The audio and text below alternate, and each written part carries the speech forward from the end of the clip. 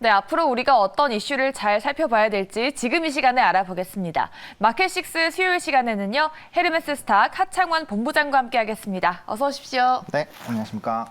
네, 앞서 저희가 짚어보긴 했는데 네. 지금 CPI가 40년 만에 최고치를 기록했다고 합니다. 이게 네. 얼마나 우려감이 큰 상황인지 좀 짚어볼까요? 사실 이제 소비자 물가 지수라는 거는 결국에는 이제 인플레이션의 이제 추세를 가늠하는 지표 중에 하나입니다. 그래서 이러한 이 CPI 지수의 이 지표에 대한 이런 움직임을 보고 앞으로 이제 금리 인상에 대한 부분들을 이제 우리가 예측을 하게 되는데, 일단은 연준에서는 이제 빅스텝에 대한 얘기를 계속적으로 진행을 하고 있고, 우리나라 뭐 증권사뿐만 아니라 해외 증권사에서도 이제 앞으로 향후 빅스텝이 여러 번 나올 수 있다라는 얘기들을 계속 하고 있는 상황입니다. 그러니까 그만큼 물가 상승에 대한 이런 인플레이션에 대한 불안감이 좀 커지고 있다라고 보시면 좋을 것 같고요. 인플레이션이 진행이 된다라는 것 자체가 화폐의 가치가 떨어지는 거기 때문에 이제 금리를 인상을 한다거나 이제 양적 긴축에 대한 움직임이 나타나면서 이제 그러한 부분들을 좀 잡겠다라는 부분이 나올 수밖에 없다라는 부분들이 시장에서 좀 우려를 하고 있다라고 보시면 좋을 것 같고요. 일단 역대 금리 인상기와는 조금 다른 게, 과거 이제 바로 이전의 금리 인상기 때는 사실 미국의 경제 성장률이라든지 고용에 대한 이런 고용률이 현재와는 좀 상당 부분 차이가 있었습니다. 근데 지금 같은 경우는 뭐 경제 성장률도 작년 4분기 기준으로 했을 때는 뭐 시장 예상치를 뛰어넘는 수치이고, 계속적으로 경제 성장에 대한 기대감이 있는 상황이고, 또 고용 같은 경우도 이제 실업자 지표를 보시게 됐을 때 거의 역대 최저치 수준입니다. 그래서 연준에서 뭐 공식적으로 발표를 한 거는 아니지만 통상적으로 4%대면 이제 완전 고용 수준이다라고 얘기를 하는데, 현재 3.8 정도에서 이제 4점대 초반대를 왔다 갔다 하고 있는 상황이기 때문에 연준에서 좀 공격적으로 사실 이제 금리 인상을 진행할 가능성이 굉장히 좀 높은 상황이고, 각종 경제 지표들이 많이 무너지지 않는다라는 그런 전제 하에는 아마 공격적인 이런 매파적인 흐름들이 유지가 될 가능성이 굉장히 좀 높겠다라고 보시면 좋을 것 같습니다. 그래서 그런 움직임이 나타나게 됐을 때 사실 이제 증시의 위축이 나타날 가능성이 굉장히 크기 때문에 이에 따라서 이제 시장에서는 좀 반응이 나오고 있다라고 보시면 좋을 것 같고요. 그다음에 일단은 금일장에서는 그래도 조금 나름 선방하지 않았나라고 보고 있습니다. 일단 시장에서 예측을 했었던 예측치에 대비를 했을 때 그래도 큰 차이가 나진 않았기 때문에 그래도 장 초반에는 좀 강한 모습을 보여줬고요. 후반으로 가면 갈수록 이제 금요일 부활절도 있고, 사실 지정학적 리스크에 대한 부분들, 그리고 오늘장에서는 원자재 가격들이 좀 상당 부분 올랐거든요. 뭐 유가부터 시작을 해서 뭐 소맥 그리고 철강 쪽, 이제 비철금속 쪽이 대부분 다 상승을 했기 때문에 원자재 가격이 또 큰 폭으로 상승을 하는 것들이 사실 이제 인플레이션에 또 추가적인 이벤트로 작용을 할 수가 있고, 특히나 이제 중국의 봉쇄 이벤트가 나타나게 되면서 사실 이제 유가의 가격이 좀 많이 변동성이 생겼는데, 다시 한번 유가가 급등을 하는 모습들이 나타나 주면서 이런 또 인플레이션에 대한 우려가 확대가 될 수밖에 없습니다. 그래서 뭐 이 유가 같은 경우는 대부분의 우리 눈에 보이는 이런 제품들에 들어갑니다. 그래서 그런 이제 유가의 가격이 올랐다라는 거는 결국에는 이런 이제 이 인플레이션에 대한 부분에 좀 부담이 되는 거고, 그게 결국에는 금리 인상으로 이어질 수밖에 없는 이런 구조이기 때문에 관련된 이벤트들을 좀 잘 지켜보셔야 될 것 같고요. 일단은 CPI 지수가 이제 예상치와 거의 유사하게 나오다 보니까 일단 기술주들은 그래도 좀 나름 선방하는 움직임들이 나타났습니다. 아무래도 좀 조정을 강하게 받았었는데, 다만 이제 또 금리 인상에 대한 부분들이 또 부각이 되면 지금 사실 이 부분에 대해서 좀 생각을 해봐야 되는 게, 금리가 인상이 되면 기술주들이 안 좋다라는 건 약간 어느 정도 공식으로 좀 이루어져 있기는 하지만, 네. 최근에는 사실 기업들이 굉장히 실적이 잘 나왔기 때문에 금리 인상이 무조건적으로 기술주에게 안 좋다라고 보긴 좀 어려운 상황입니다. 그래서 이런 부분에서 다시 한번 해석을 해볼 필요는 있는데, 다만 지금 최근까지도 이런 이제 공식적인 흐름들에 따라서 조정이 나오기 때문에 금리 인상이 강하게 나타난다라는 그런 기조로 간다라고 한다면, 일단 기술주들이 단기적으로는 이런 이벤트에 따라서 이제 반등이 나올 수는 있겠지만 조금은 조정 국면에 나올 가능성이 있기 때문에 이에 대해서는 조금 생각을 해보실 필요가 있지 않을까라고 보고 있는 상황이고요. 또 추가적으로 이제 목요일이죠.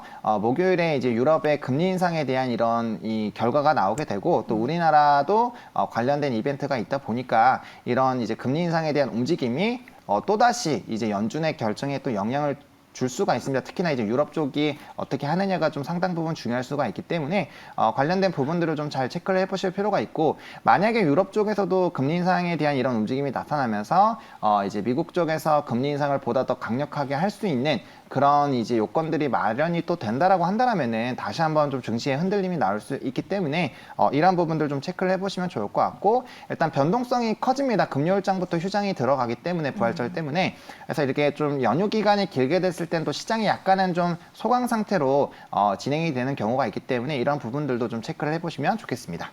네, 정말 뭐 시장이 급등했다가 하락했다 정말 정신이 없어가지고 밤에 편히 잘 수가 없습니다. 네. 근데 말씀하신 대로 국제 유가가 급등하면서 다른 종목들은 약세였지만 에너지 관련주들은 선방을 했잖아요. 네. 앞으로 이런 국제 유가 급등 기조가 이어질지 종목들의 흐름은 좀 어땠나요?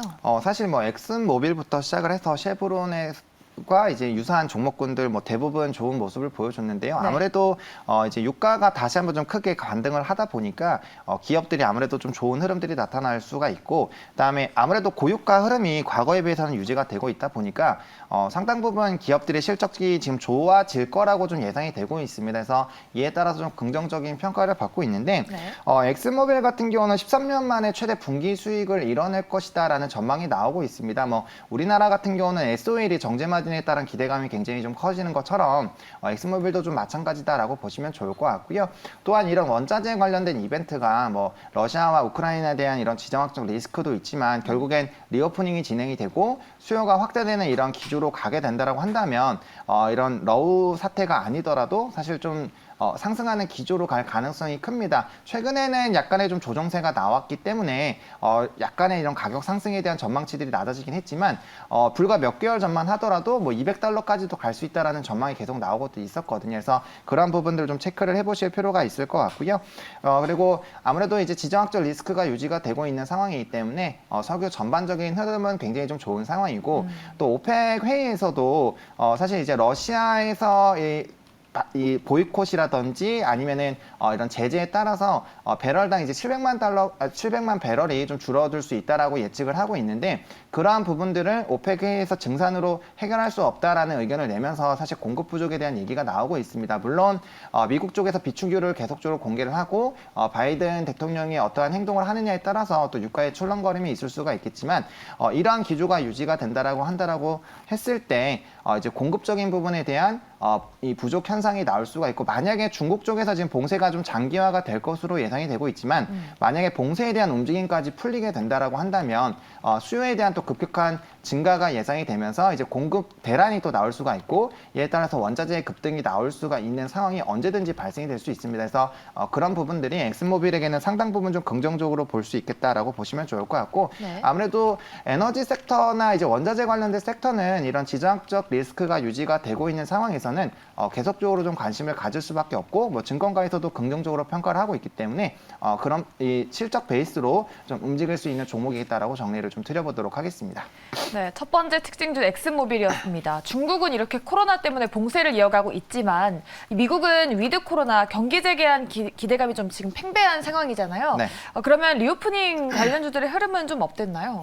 뭐 일단은 오늘장에서는 약간 뭐 이제 보합권에서 움직이긴 했는데, 네. 그 중에서도 이제 룰루레몬 에스레티카 레깅스. 네, 레깅스죠. 그래서 대표적인 또 리오프닝 관련된 종목이라고 볼 수 있는데, 아무래도 우리가 다시 활동을 하게 되면 특히나 우리나라도 레깅스에 대한 수요가 굉장히 많은데 네. 해외는 정말 엄청나게 그쵸. 많잖아요. 그래서 이제 레깅스 관련된 종목군들이 좀 다시 한번 관심을 받고 주가가 상승을 하고 있고요. 일단은 이런 수요의 증가에 따른 이런 실적에 대한 기대감들, 그리고 지속적으로 이런 수요가 늘어나는 부분들, 특히나 이 회사 같은 경우는 레깅스에선 거의 뭐 샤넬급이다라고 보시면 될 것 같습니다. 그만큼 브랜드적으로 독보적인 위치에 가지고 있는 상황이고, 이제 분기적으로 계속적으로 수익을 잘 창출하고 있는 회사이다 보니까 자연스럽게 좀 관심을 가질 수밖에 없다라고 보시면 좋을 것 같고요.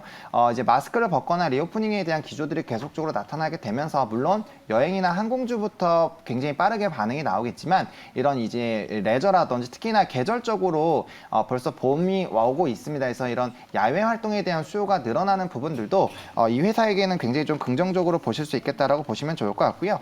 일단 실적이 굉장히 좀 좋아지고 있습니다. 뭐 순이익 같은 경우는 전년 대비 31%나 증가를 하고 있고 올해 매출액도 굉장히 좀 큰 폭으로 상승할 것으로 예상이 되고 있기 때문에 실적 베이스로 좀 움직일 수 있고 최근에 주가가 많은 조정이 또 나왔기 때문에 이제야 좀 어느 정도 올라온 상황이거든요. 그래서 추가적인 상승 흐름도 충분히 좀 노려볼 수 있지 않을까라고 보고 있고요.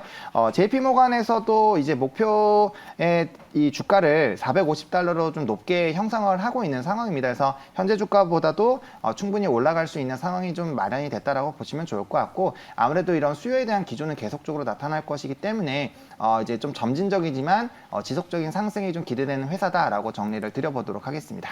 네, 리오프닝 관련주인 룰루레몬 애슬레티카 JP모건에서 비중 확대 투자 의견을 유지했다고 합니다. 잘 참고해 보시고요.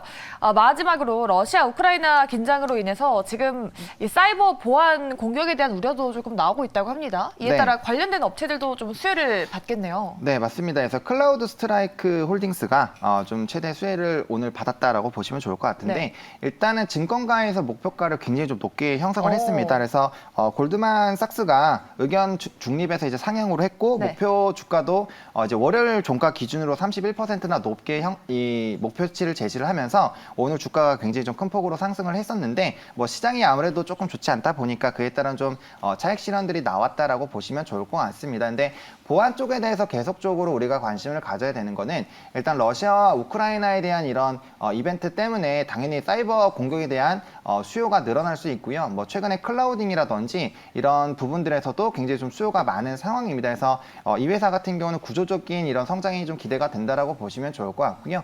특히나 자율주행도 시장에서 굉장히 좀 핫한 상황인데 자율주행에 대한 이런 기조들이 점점 커지면 커질수록 또 보안에 대한 수요가 늘어날 수 있거든요. 그리고 뭐 가상자산이라든지 뭐 메타버스에 대한 이런 플랫폼이라든지 앞으로 우리 사회 구조가 보안은 뗄래야 뗄 수 없는 그런 상황이 유지가 되고 있는데 사실 그런 거에 비해서는 주가의 움직임들이 조금은 더디게 나타나고 있기 때문에 좀 긍정적으로 보실 수가 있을 것 같고요.